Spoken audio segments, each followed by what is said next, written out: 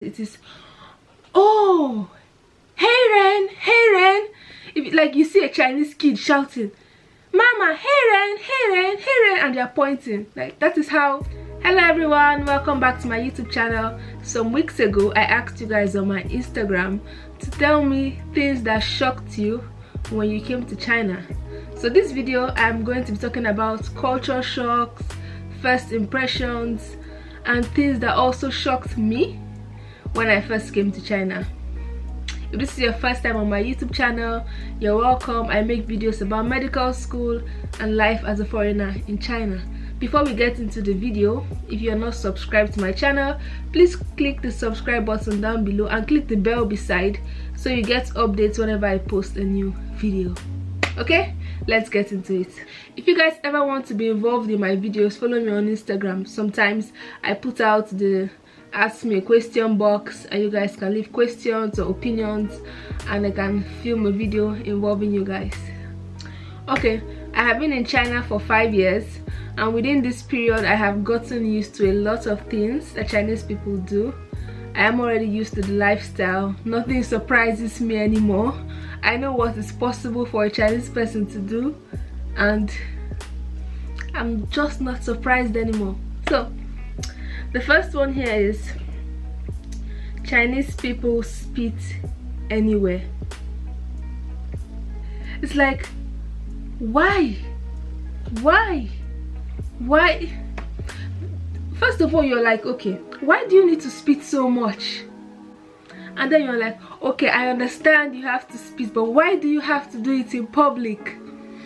Chinese people spit so much and it is so disgusting, and it's mostly, I won't even say it's mostly the elderly people, but it's mostly the men that do it. Chinese men, I need to specify this, men, and mostly elderly people, but I've seen a lot of young people do it, and I have noticed it is common among smokers here in China because a lot of the Chinese men smoke, so it's very common among smokers. Someone said the way people smoked cigarettes recklessly.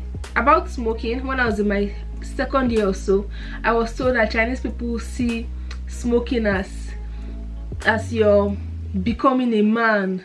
You know, as a man you're supposed to start smoking. Like when you start smoking, that is you have gotten to another level of manhood, you have upgraded.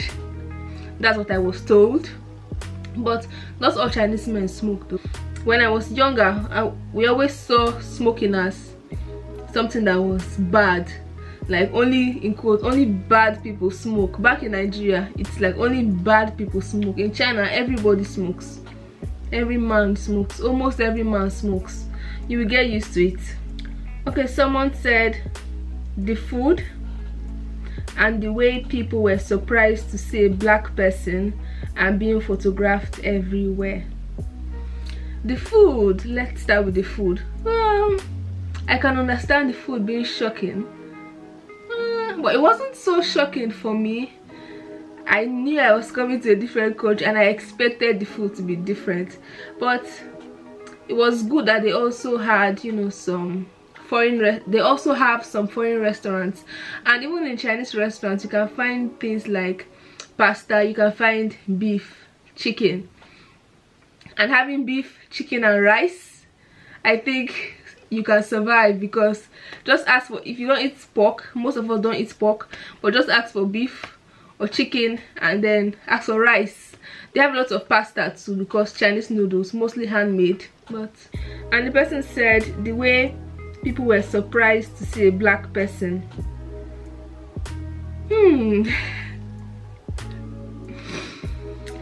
Yes, a lot of Chinese people are surprised to see black people, and it's not just, oh, I'm surprised. It is, oh, hey Ren, hey Ren. If like you see a Chinese kid shouting, Mama, hey Ren, hey Ren, hey Ren, and they're pointing. Like that is how serious it is. But in most cities like maybe Shanghai or Beijing, a lot of them have gotten used to seeing black people. Also Guangzhou too, they've gotten used to seeing black people. But for other cities and other smaller villages, they really are not used to seeing black people being photographed everywhere. this was so true. When I first came to China, it was so bad. Everywhere you go, someone wants to take pictures with you. It doesn't matter the weather, it doesn't matter if you're in the mood or not, someone will just want to take pictures with you. It has like, if you watched my last video about how Chinese people react when they see black people, I was in Beijing, and you know, the first minutes of the clips I showed how so many people wanted to take pictures with me. I traveled with my friends, so many people wanted to take pictures with me just because I was the black person there. And I was like, I mean, I'm happy to entertain people, I'm happy to accept people taking pictures of me if I'm in a very good mood. But you know, sometimes there was a time I was in Panjin.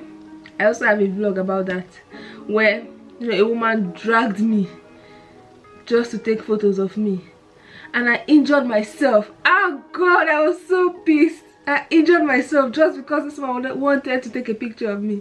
It can be so annoying, but it happens. Another thing that was very shocking to me was the type of confidence Chinese people have. How you can just be standing on your own and someone will just be touching your hair. And I'm like, do I know you? Do you know me? Are we brothers and sisters? Are you my uncle's grandparents? Why are you touching my hair?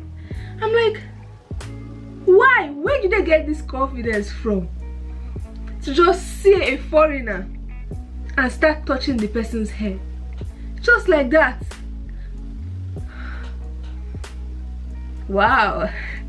So much confidence. This person said the level of racism. You guys can go watch my video on is there racism in China. I shared some of my experiences. My friend and I filmed that video, and we shared some of our experiences on how Chinese people have treated us because we were black. So go watch that video and you know, see for yourself. Someone said the racism. People are really angry. The fact that Chinese people are very ignorant and so many things. Yes, a lot of Chinese people are very ignorant, and part of it is because of, you know, this firewall, the great firewall, about how Chinese people cannot access, you know, sites that are international, like Facebook, YouTube, Google, Instagram, all the sites that we all have. Chinese people don't have access to it. So we, the foreigners in China, in order for us to use this site, we have to use a VPN. But most Chinese people do not use this. They already have their replacement of Facebook. They have WeChat. Before I go, one more thing that shocked me in this country was the app WeChat. WeChat is everything. WeChat is life. Without WeChat, you cannot survive in this country. WeChat can chat. WeChat can pay. WeChat can recharge your phone. WeChat can offer you public services. You can pay your bills with WeChat. You can save money with WeChat. You can donate with WeChat. You can communicate with doctors and find out about health issues with WeChat. You can buy train tickets with WeChat, flight tickets with WeChat, call a taxi with WeChat, get shopping deals with WeChat, find businesses with WeChat, book a movie ticket with WeChat, order food with WeChat, hotels with WeChat, learn about fashion and women's style with WeChat, buy shopping as a group with random people with WeChat, find sales with WeChat, find second-hand goods with WeChat, find houses with WeChat. That's all I have to say about WeChat. You guys figure out the rest for yourself. Their replacement of Google, they have Baidu, they have WeChat alone can do Facebook, Snapchat, Instagram, YouTube. Yeah, they also have Youku for movies, which will replace YouTube. They have so many sites to replace all the international sites that we have. Even TikTok. The TikTok that you all are using right now was actually first owned by China. In China it is called Douyin. And then, you know, the international market, I think Musically decided to, you know, buy TikTok, and then, you know, then it now became international. But Chinese people still use TikTok, but in China it is called Douyin. So because of all this, they don't really have access to what is going on the other parts of the world. So sometimes I don't even blame them for their ignorance. And I'm saying this particularly because of something I saw. I was going through Chinese TikTok one day, and I decided to search Africa. Africa in Chinese is Feijo. If you have Chinese TikTok, you can try to do this. I searched Africa, Feijo. You need to see what I saw. There are accounts of Chinese people living in Africa that show the poverty in Africa. They show people living haggardly, people living in bushes, messy places. Like, they show the ghettos of Africa. And these people, some of them have over 5 million Chinese followers. Imagine. And I searched, I did not see any account that had that showed the beauty and the modernization of Africa. And I was so shocked. Like, these accounts, if you combine them all together, there are millions of followers, millions of Chinese people following these accounts, and all they see about Africa is poverty, people suffering, people not having food to eat. And you see the Chinese people, you know, the owners of the account in Africa, you know, trying to give them things and trying to show that, oh, we are helping you. I even saw an account of a man that was showing that, oh, a Chinese person in Africa, this is the type of house that he lives in, and he showed a very big mansion, and was showing how, oh, the workers are Africans. And I was like, this is the type of information that the Chinese will have about Africans. This is what they get, this is what they know. And as much as we promote Africa, on YouTube, on Facebook, Chinese people don't have access to these sites. So you can imagine what they actually think about Africa. The ignorance, so much, and lack of information. It's so much. This person also said the lack of English knowledge. This is true. Chinese people do not speak English. Now, I did not say they cannot speak English. I said they do not speak English. I have been to countries where English is not the first language, but you will always find out that you can also communicate to those people in English. You know, you can just talk randomly, like, I want to drink water. Like, but you know, the person can guess what water is, or maybe can guess that you want something to drink, or you can say, you know, carry, bring. You know, you can use one word English to communicate and they will understand. In China, it is not like that. If you are coming to China for the first time and you are at the airport and you are stranded, oh my goodness, that can be a very frustrating experience, because you might be trying to approach somebody. Once the person sees you're a foreigner,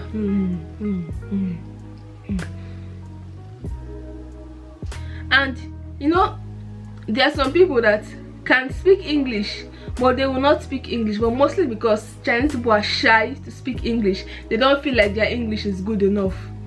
And generally, it is very rare to find a Chinese person that can speak English.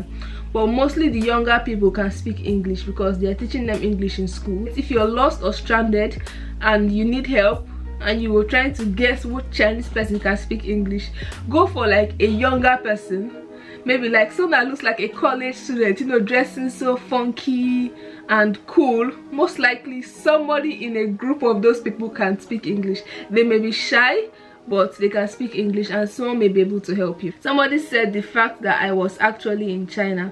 That is so true. I felt that, like, I had so much troubles before I came to China, and when I got here, I was just like, at last, I am here. That felt so good. Someone said everything got shut down around 8 p.m. That is absurd. Well, I think in Nigeria, things just close. Places just close when it gets dark. So if it gets dark at 7, places are closing at 7. But come on, 8 p.m. in China, that is quite late, I think.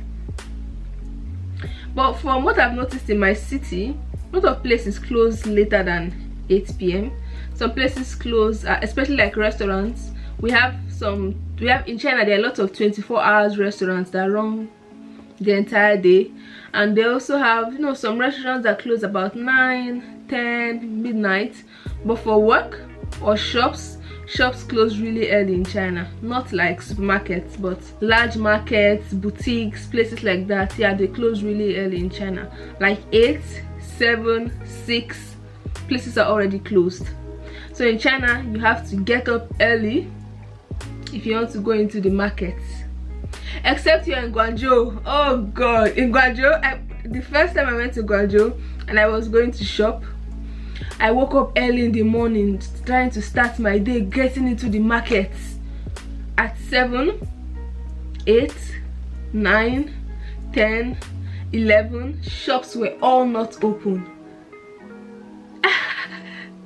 I'm like, because Guangzhou is in the south, my city is in the north, and life in the south and north are like opposites. I'm like, why are these shops not open? What is going on here? But then after that day, I realized that, you know, most of the shops there, most of the places were getting open at 12, 1. That is when business was starting, and then they stay late in the night. I was like, wow, like this is so different. This is so different compared to the side of China where I live in. But it all depends on where you are in China. This country is so big. The difference, I can be saying one thing now and you'll be surprised it is totally opposite in a different part of China.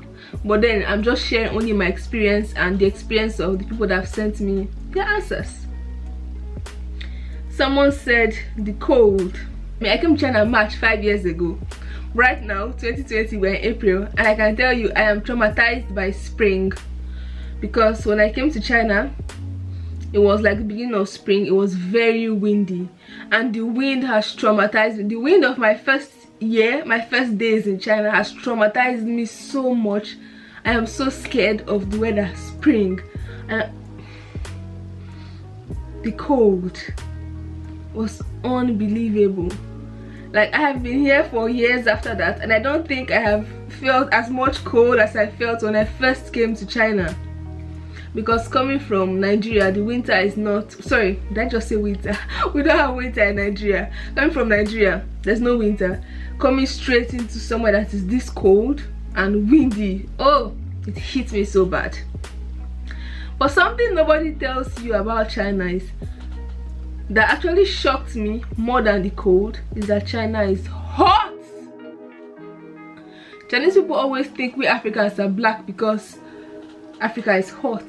They're always asking if our countries are hot. This is one question a lot of Chinese people will ask you. Is Africa hot? But China is so hot. I never expected the summer in China is so hot. I can say, Jesus, I don't even know how to describe it.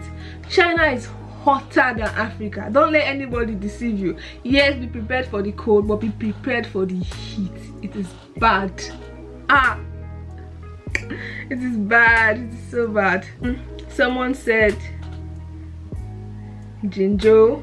2 people said Jinzhou. Jinzhou is my city. A lot of people's expectations for this city is, it's like, wow, it's not what I thought. Actually, before I came, I did my research. I am a researcher. Before I do anything, I must research about it, especially after some bad experiences I've had in life. I must research about it, so I knew what I was getting into when coming to this city. My focus was just school. I was not even interested in what the city looked like.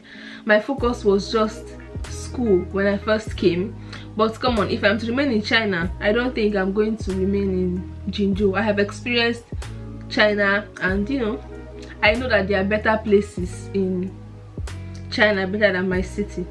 But you know, if you're going to China or any other country, just do your research and know what the city looks like. Research the weather, you know, the people, the life in the city, and you know, get an idea before you come. If not, you'll be shocked. Something else that shocked me was squat toilets.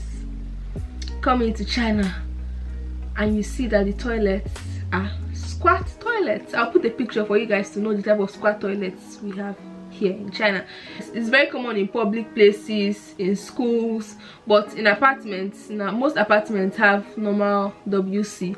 A lot of public places have squat toilets. Okay, I have spoken about the things that, you know, you guys sent to me. I'm going to add some extra that I noticed and that shocked me particular that you guys did not talk about, which is old people dancing and exercising. I have put clips of that so many times in my videos of Chinese people dancing, elderly people dancing, elderly ladies in China dancing and just exercising.